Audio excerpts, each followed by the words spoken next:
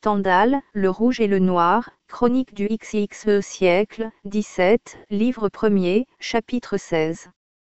Le lendemain. Et turn the HIS lips towards. And with HIS and call the back.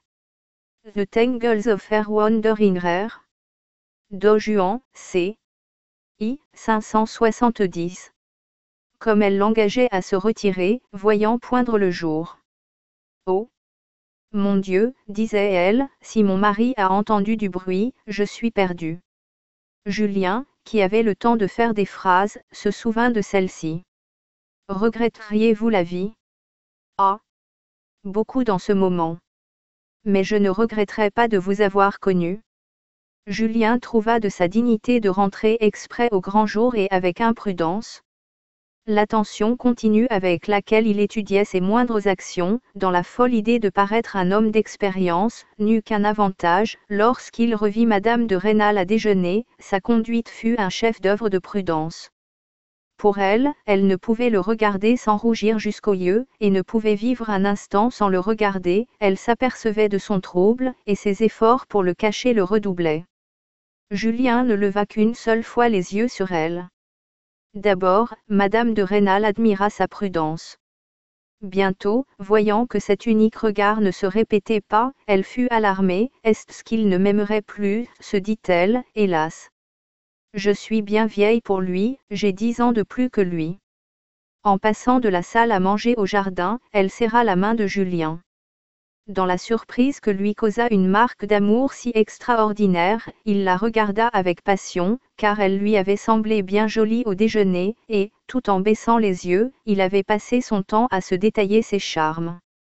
Ce regard consola Madame de Rênal, il ne lui ôta pas toutes ses inquiétudes, mais ses inquiétudes lui ôtaient presque tout à fait ses remords envers son mari. Au déjeuner, ce mari ne s'était aperçu de rien, il n'en était pas de même de Madame d'Herville, elle crut Madame de Rênal sur le point de succomber.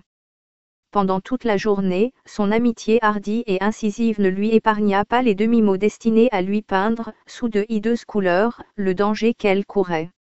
Madame de Rênal brûlait de se trouver seule avec Julien, elle voulait lui demander s'il l'aimait encore. Malgré la douceur inaltérable de son caractère, elle fut plusieurs fois sur le point de faire entendre à son amie combien elle était importune. Le soir, au jardin, Madame d'Herville arrangea si bien les choses, qu'elle se trouva placée entre Madame de Rênal et Julien. Madame de Rênal, qui s'était fait une image délicieuse du plaisir de serrer la main de Julien et de la porter à ses lèvres, ne put pas même lui adresser un mot. Ce contretemps augmenta son agitation. Elle était dévorée d'un remords. Elle avait engrondé Julien de l'imprudence qu'il avait faite en venant chez elle la nuit précédente, qu'elle tremblait qu'il ne vînt pas celle-ci. Elle quitta le jardin de bonne heure, et alla s'établir dans sa chambre. Mais, ne tenant pas à son impatience, elle vint coller son oreille contre la porte de Julien.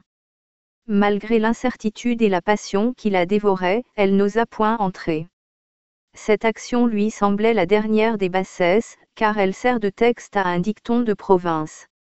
Les domestiques n'étaient pas tout couchés? La prudence l'obligea enfin à revenir chez elle. 2 heures d'attente furent 2 siècles de tourments. Mais Julien était trop fidèle à ce qu'il appelait le devoir, pour manquer à exécuter de point en point ce qu'il s'était prescrit. Comme une heure sonnait, il s'échappa doucement de sa chambre, s'assura que le maître de la maison était profondément endormi, et parut chez Madame de Rênal. Ce jour-là, il trouva plus de bonheur auprès de son ami, car il songea moins constamment au rôle à jouer. Il eut des yeux pour voir et des oreilles pour entendre. Ce que Madame de Rênal lui dit de son âge contribua à lui donner quelque assurance. Hélas! J'ai 10 ans de plus que vous. Comment pouvez-vous m'aimer? Lui répétait-elle sans projet, et parce que cette idée l'opprimait. Julien ne concevait pas ce malheur, mais il vit qu'il était réel, et il oublia presque toute sa peur d'être ridicule. La sotte idée d'être regardé comme un amant subalterne, à cause de sa naissance obscure, disparut aussi. À mesure que les transports de Julien rassuraient sa timide maîtresse, elle reprenait un peu de bonheur et la faculté de juger son amant. Heureusement, il n'eut presque pas ce jour-là cet air emprunté qui avait fait du rendez-vous de la veille une victoire, mais non pas un plaisir. Si elle se fût aperçue de son attention à jouer un rôle, cette triste découverte lui eût à jamais enlevé tout bonheur. Elle n'y eût pu voir autre chose qu'un triste effet de la disproportion des âges. Quoique Madame de Rênal n'eût jamais pensé aux théories de l'amour, la différence d'âge est, après celle de fortune, un des grands lieux communs de la plaisanterie de province, toutes les fois qu'il est question d'amour. En peu de jours, Julien, rendu à toute l'ardeur de son âge, fut éperdument amoureux. Il faut convenir, se disait-il, qu'elle a une bonté d'âme angélique, et l'on n'est pas plus jolie. Il avait perdu presque tout à fait l'idée du rôle à jouer. Dans un moment d'abandon, il lui avoua même toutes ses inquiétudes. Cette confidence porta à son comble la passion qu'il inspirait. « Je n'ai donc point eu de rivale heureuse », se disait Madame de Rênal avec délice. Elle osa l'interroger sur le portrait auquel il mettait tant d'intérêt. Julien lui jura que c'était celui d'un homme. Quand il restait à Madame de Rênal assez de sang-froid pour réfléchir, elle ne revenait pas de son étonnement qu'un tel bonheur existât, et que jamais elle ne s'en fût doutée. « Ah ! Se disait-elle, si j'avais connu Julien il y a 10 ans, quand je pouvais encore passer pour jolie. » Julien était fort éloigné de ses pensées. Son amour était encore de l'ambition, c'était de la joie de posséder, lui pauvre être si malheureux et si méprisé, une femme aussi noble et aussi belle. Ses actes d'adoration, ses transports à la vue des charmes de son ami, finirent par la rassurer un peu sur la différence d'âge. Si elle eût possédé un peu de ce savoir-vivre dont une femme de 30 ans jouit depuis longtemps dans les pays plus civilisés, elle eût frémi pour la durée d'un amour qui ne semblait vivre que de surprise et de ravissement d'amour-propre. Dans ces moments d'oubli d'ambition, Julien admirait avec transport jusqu'au chapeau, jusqu'aux robes de Madame de Rênal. Il ne pouvait se rassasier du plaisir de sentir leur parfum. Il ouvrait son armoire de glace et restait des heures entières admirant la beauté et l'arrangement de tout ce qu'il y trouvait. Son ami, appuyé sur lui, le regardait, lui, regardait ses bijoux, ses chiffons qui, la veille d'un mariage, emplissent une corbeille de noces. J'aurais pu épouser un tel homme. Pensait quelquefois Madame de Rênal, quelle âme de feu. Quelle vie ravissante avec lui. Pour Julien, jamais il ne s'était trouvé aussi près de ces terribles instruments de l'artillerie féminine. Il est impossible, se disait-il, qu'à Paris on ait quelque chose de plus beau. Alors il ne trouvait point d'objection à son bonheur. Souvent la sincère admiration et les transports de sa maîtresse lui faisaient oublier la vaine théorie qui l'avait rendu si compassé et presque si ridicule dans les premiers moments de cette liaison. Il y eut des moments où, malgré ses habitudes d'hypocrisie, il trouvait une douceur extrême à avouer à cette grande dame qu'il admirait son ignorance d'une foule de petits usages. Le rang de sa maîtresse semblait l'élever au-dessus de lui-même.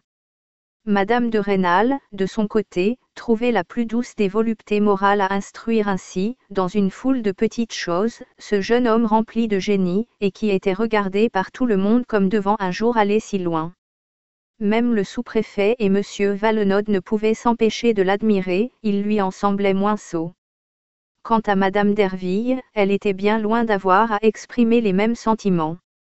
Désespérée de ce qu'elle croyait deviner, et voyant que les sages avis devenaient odieux à une femme qui, à la lettre, avait perdu la tête, elle quitta Vergy sans donner une explication qu'on se garde de lui demander. Madame de Rênal en versa quelques larmes, et bientôt il lui sembla que sa félicité redoublait. Par ce départ elle se trouvait presque toute la journée tête à tête avec son amant. Julien se livrait d'autant plus à la douce société de son ami, que, toutes les fois qu'il était trop longtemps seul avec lui-même, la fatale proposition de Fouqué venait encore l'agiter. Dans les premiers jours de cette vie nouvelle, il y eut des moments où lui qui n'avait jamais aimé, qui n'avait jamais été aimé de personne, trouvait un si délicieux plaisir à être sincère, qu'il était sur le point d'avouer à Madame de Rênal l'ambition qui jusqu'alors avait été l'essence même de son existence. Il eût voulu pouvoir la consulter sur l'étrange tentation que lui donnait la proposition de Fouqué, mais un petit événement empêcha toute franchise.